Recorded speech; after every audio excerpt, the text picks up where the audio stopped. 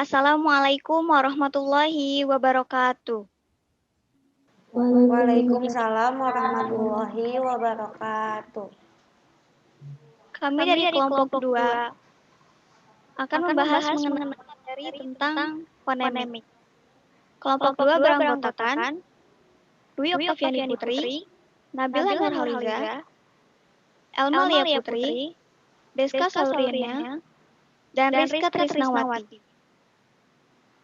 Untuk pembahasan pertama akan dibacakan oleh Deska.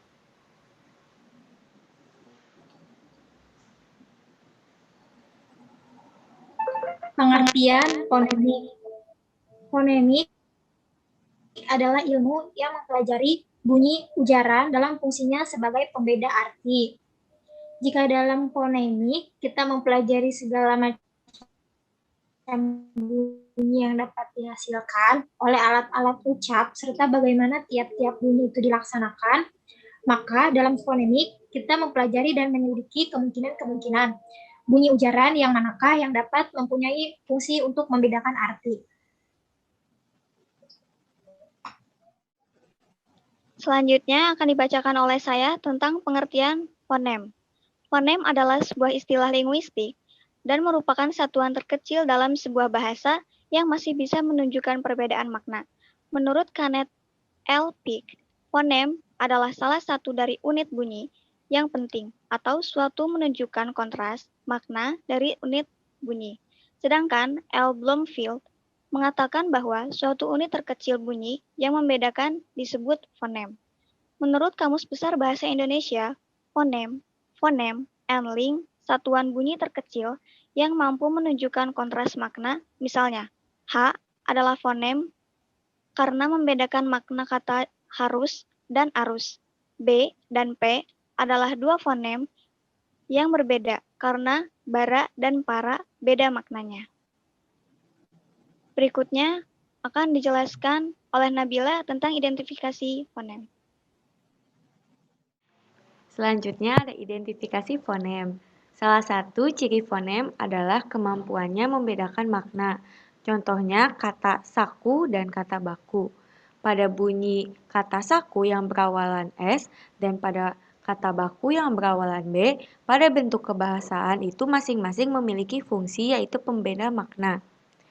Cara yang paling mudah dalam mengidentifikasi fonem yaitu dengan membedakan makna kata dengan melihat kemungkinannya dua buah bentuk kebahasaan berpasangan, minimal merupakan cara yang lazim dan mudah untuk dilakukan identifikasi fonem.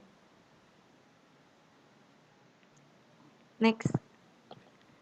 Cara lain yang dapat digunakan untuk melakukan identifikasi fonem ialah dengan mencermati distribusinya. Apabila sebuah fonem berdistribusi komplementer pada posisi yang berbeda, misalnya di awal deretan bunyi atau di akhir deretan bunyi, merupakan bunyi bahasa itu alofon. Apabila sebuah fonem memiliki alofon, maka fonem itu benar. Alofon merupakan variasi dari sebuah fonem, bunyi yang merupakan realisasi dari sebuah fonem. Next.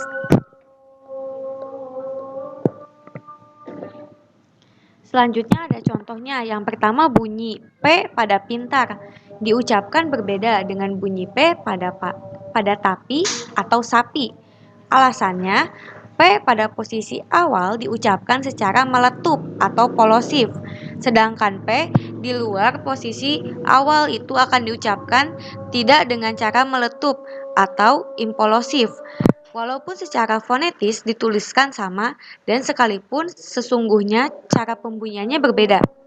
Next. Selanjutnya akan dijelaskan oleh Rizka.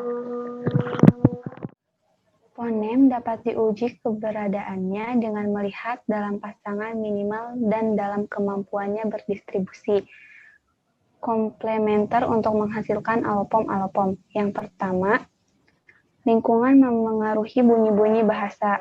Yang kedua, sistem bunyi berkecenderungan sistem simetris. Yang ketiga, bunyi-bunyi berdistribusi komplementer dan atau bervariasi bebas yang memiliki kesamaan fonetis digolongkan tidak berkontras atau bukan fonem. Yang keempat, bunyi-bunyi berkontras dalam lingkungan sama atau lingkungan mirip yang memiliki kesamaan fonetis digolongkan sebagai fonem yang berbeda. Next. Allopom dan grafen. Allopon adalah variasi fonem yang tidak membedakan arti. Allopon dituliskan di antara dua kurung siku.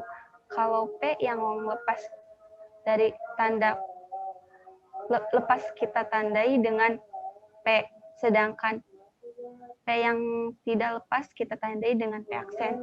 Maka dapat dikatakan bahwa dalam bahasa Indonesia, fonem P memiliki dua allopom, yaitu P dan P aksen. Selanjutnya akan dijelaskan oleh Elmalia Putri.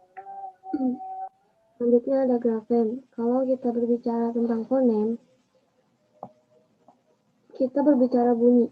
Kalau kita berbicara tentang grafen, lebih mengarah kepada huruf. Memang benar bahwa seringkali representasi tertulis kedua konsep ini sama. Misalnya, untuk menyatakan benda yang dipakai untuk duduk, kita tentunya menulis kata kursi, dan mengucapkannya pun kursi. Maka, jika dibedah dalam grafem ada 5 satuan. Dan dari segi fonem juga ada 5 satuan. Contoh analisis bahasa dalam teks akan tetapi hubungan satu lawan satu seperti itu tidak selalu kita temukan pada semua kata dalam bahasa Indonesia yang diujarkan acuan bendanya.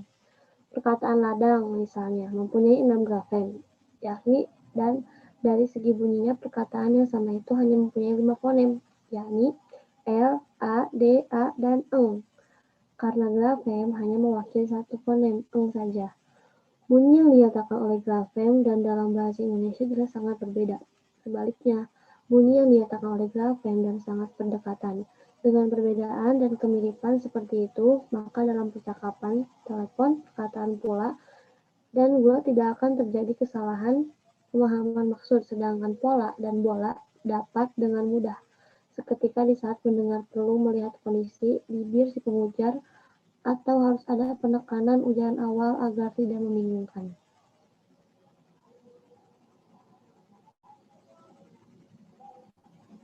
Baik, sekian presentasi pembahasan dari kelompok 2 mengenai fonemik. Wabillahi taufiq wal hidayah. Wassalamualaikum warahmatullahi wabarakatuh. Waalaikumsalam warahmatullahi wabarakatuh. Waalaikumsalam warahmatullahi wabarakatuh.